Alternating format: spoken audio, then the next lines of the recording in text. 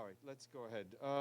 As we've been telling you, the Secretary General is in New Delhi, in India, where this morning he spoke at the opening ceremony of the AI Impact Summit. In his remarks, he said that holding the summit in India has special meanings and brings this conversation closer to the realities shaping much of the world, because the future of AI cannot be decided by a handful of countries and the whims of a few billionaires.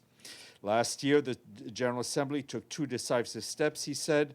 First, by creating an independent international scientific panel on artificial intelligence, and second, by launching the global dialogue on AI, governance within the UN, where all countries, together with the private sector, academia, and civil society, can all have a voice. He told participants that the real impact means technology that improves lives and protects the planet. He called on them to build AI for everyone with dignity as the default setting. Throughout the day, he had exchanges and meetings with government and tech leaders attending the summit. He also met with our UN colleagues in India. Tomorrow morning, he is scheduled to participate in a roundtable organized by the United Nations to discuss renewable energy and energy transition. Immediately after that, he'll return back to the site of the AI Summit to take part in a panel on the role of science in international AI governance. The Secretary General is also scheduled to have bilateral meetings with the Prime Minister of India, Draupadi Murmu, as well as the Prime Minister, Narendra Modi. We will keep you updated on his program. This morning, the Security Council held an open briefing on the situation in Sudan. Rosemary DiCarlo, Undersecretary General for Political and Peace-Building Affairs, described over 1,000 days of brutal war devastating the country. She noted that the long-range drones and aerial strikes by both sides have severely affected civilians and civilian infrastructure, leaving no part of Sudan safe. DiCarlo emphasized that parties must respect international humanitarian law and human rights, and that violators must be held to account. She stressed that progress on a political vision for Sudan's future is urgent, and any ceasefire must be anchored in a credible process towards an inclusive transition. Edem Wasornu, the Director of Crisis Response Division at OCHA, briefed the Council via video conference from Geneva. Linking to DiCarlo's call for accountability, she highlighted the findings from the independent international fact-finding mission for the Sudan, which described atrocities by the Rapid Support Forces in and around El Fasher in late October 2025 as, quote, indicators of a genocidal path. The mission documented coordinated attacks targeting people based on ethnicity, gender, or perceived political affiliation, causing mass killings, serious physical and mental harm, sexual violence, arbitrary detention, torture, enforced disappearances, and accompanied by dehumanizing rhetoric. Civilians continue to bear the brunt of this conflict, as we've told you again and again. Our colleagues at UNICEF confirmed that earlier attack in West Kordofan on Monday killed 15 children. OCHA reports that yesterday a strike on an education center near Rahat town in North Kordofan killed 4 civilians and injured 4 others. That's what local sources are telling them. These incidents reflect a broader pattern of violence affecting civilians. We reiterate our call for the protection of civilians, civilian infrastructure, and for all parties to adhere to their obligations under international humanitarian law. Turning south to South Sudan, our colleagues at the World Food Program report that they are scaling up emergency response to reach the growing number of people forced to flee escalating conflict in South Sudan's Jonglei state. These critical food distributions, transported along river routes, come amid increasing insecurity that is hampering humanitarian efforts and threatening to drive hunger in a region to unprecedented levels. Conflict and growing insecurity have displaced large population in a state where approximately 60% of the population, and that's 1.2 million people, are already acutely food insecure. To address this urgent need, WFP plans to reach 500,000 people teetering on the brink of catastrophic hunger in Jonglei state, even as operations take place under extremely hazardous conditions. And to give you an example of the hazards faced by humanitarians in South Sudan, earlier this week, a private contractor working with the World Food Program to coordinate essential humanitarian airdrops was tragically killed by an unknown gunman in Upper Nile State.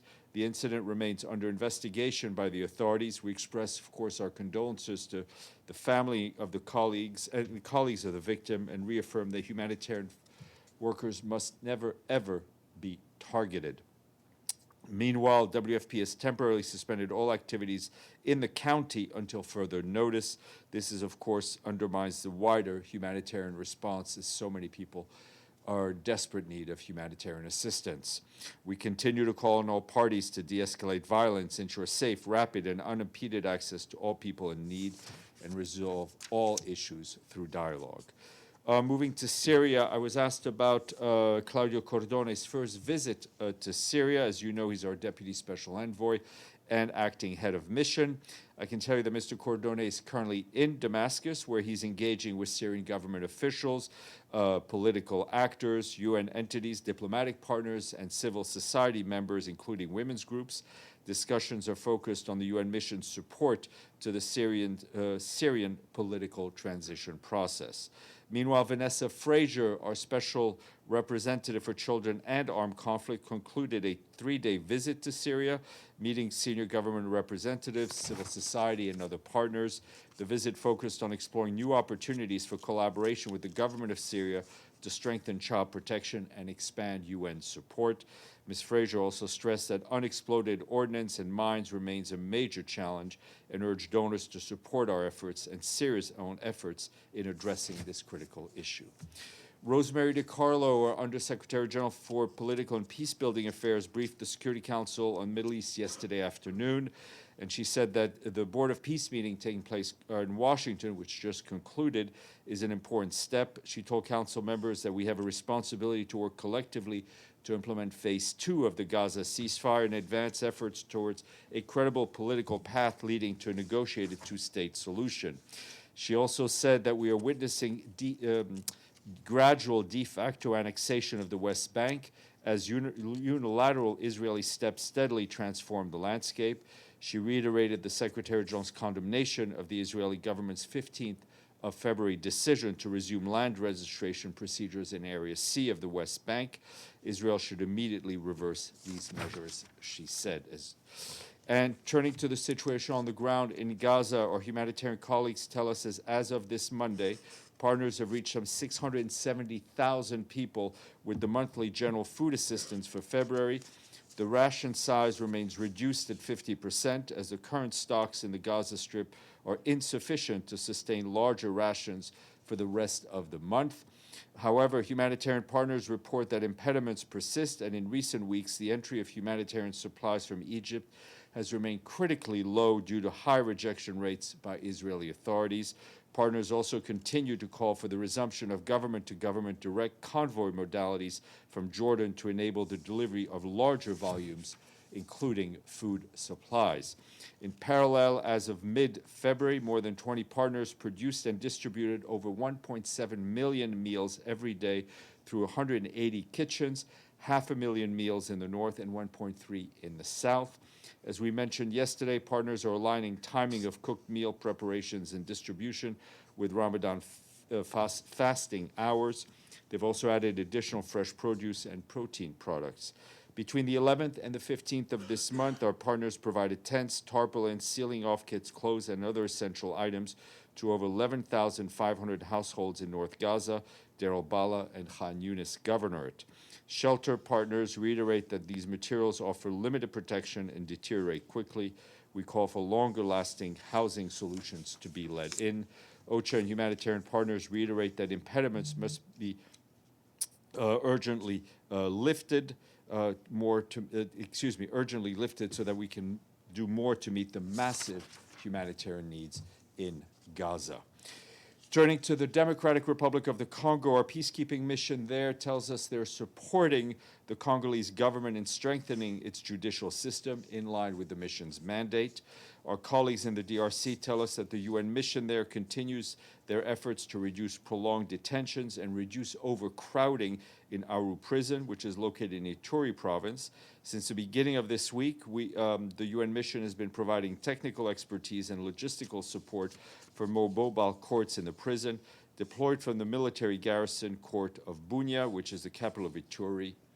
The mission will facilitate hearings for over 100 pretrial detainees that have been detained since the establishment of the state of siege in the province in 2022. In parallel, the mission is facilitating the digitization of military judicial data to improve transparency, efficiency, and timely handling of judicial cases. The Peacebuilding Fund has allocated $2.5 million for an initiative in Togo's northern Savanese region to support peaceful relations, stronger community ties, and help prevent the spread of violence from the Sahel, implemented by the FAO and the International Organization for Migration and the UN Development Program. Over 20 more months, the project will bring communities together for dialogue, help prevent disputes over land, water, and other resources, and also to support inclusive and lasting ways to manage natural resources. It will also increase the socioeconomic resilience of vulnerable groups, including women and youth. And finally, the International Organization for Migration today welcomed the launch of the new Global Shelter, Land, and Site Coordination Cluster, which IOM co-leads globally with the International Federation of the Red Cross and Red Crescent Societies. IOM noted that this marks a significant step towards strengthening humanitarian coordination and ensuring faster, fair, and more effective support for people affected by crises and displacement. IOM pointed out that this new approach will help simplify coordination, reduce duplication, and make responses more accountable and closer to affected communities. That's it. Gabriel. Steph, during the Board of Peace meeting, you might have heard that President Trump made a comment that he's expected to speak with the Secretary General. Is that, if I heard Trump correctly, do you know any more about Yes, this? no, we've heard and we understand we're expecting a call, so as soon as that happens, we'll share that with you. And has the Secretary General been briefed on the Board of Peace meeting? There were several comments made about the UN. Has he been briefed on it? I know he's not in New York. Yes, I mean, he watched part of it, and I've spoken to him a number of times to relay to him the comments that we heard. And what was his reaction? No, I mean, listen, he's, as we've said, we will work and continue to work for the Board of Peace on Gaza, as it was approved and anointed in a way by the Security Council, and we want things to succeed. And there's been some reporting that the UN has endorsed the Board of Peace. I know you're going to, your reply to these kind of questions is always what UN, of course. We know the Security Council Resolution 2803, but from the Secretariat's standpoint, is it correct to say that the UN has endorsed the Board of Peace? We're not going to, we're not going to tell people what to say, but we would encourage people and through journalists to understand what Resolution 2803 is, what it approved. Our work with the Board of Peace is within the framework of that Security Council resolution. Yes, please, Minlu.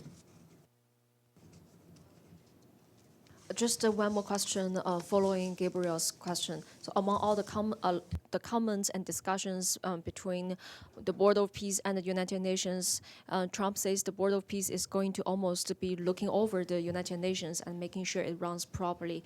Is that how the United Nations is going to work? I mean, I think, listen, what is clear, if you look at the Charter of the UN, which remains our guiding principle, the work of the UN is overseen by member states through the General Assembly and the Security Council. Yes, Namo. Thank you, Stéphane. About Cordonia's visit to Syria, does he plan to visit Kobani and other areas? Listen, I don't have those details. I would encourage you to get in touch directly with our colleague Jennifer Fenton, who does communications for his office, because she will give you fresher information, because otherwise, you ask me these questions, I ask her, then she comes back to me, and then I tell you. So be in touch with her directly. Thank you. Just one last question on Sudan. You talked about the fact-finding missions report that was published today. My question is, I mean, we've seen warnings like this since at least mid-2024 about the risk of atrocities in Al-Fashir, and really no effective measures were taken. How does the Secretary General plan to address this failure in civilian protection in Sudan? The Secretary General is the first one to say how frustrated and outraged he is by the continuing killings of civilians. I mean, we've seen both the government and the RSF use drones. I mean, we've seen, we've talked to you about that horrific attack in El Fasher where gunmen went into a maternity hospital and killed women, doctors, and babies. There will need to be accountability. And I think the independent fact-finding commission's work is critical in that step towards accountability. Okay. Yes, please. Pan. Thank you, Steph. You said yesterday that there was no UN representative at the meeting this morning, the Board of Peace this morning. So was there any UN involvement at the meeting at all? As I said, there was no representative. We fed information in terms of our humanitarian work, which I think was reflected in some of the comments made by Ambassador Waltz. Okay, thank you. Oh, sorry, please. Does the Secretary have any words of wisdom regarding the build-up and the Persian Gulf that it keeps Well, I mean, growing? I think the Secretary General, like others, is very concerned about the military buildup we're seeing, the military, the war games that we're seeing, the training that we're seeing. That's why we were encouraging both the Islamic Republic of Iran and the United States to continue their discussions as facilitated by Oman. Thank you. Yes, yes, please. Sorry, I have some place I need to get to, but go ahead. On the detention of former Prince Andrew, considering the comments by UN experts, I understand UN experts, does the Secretary wish for more international scrutiny on the Epstein files? I have no comment on the particular the circumstances and the reasons of the detention of Mr. Windsor Mountbatten today. That's not for us to get involved in. But as we've said before, there should be increased investigations into the abuse of women and girls that we have seen by Mr. Epstein that spans many different countries and jurisdictions. Thank you.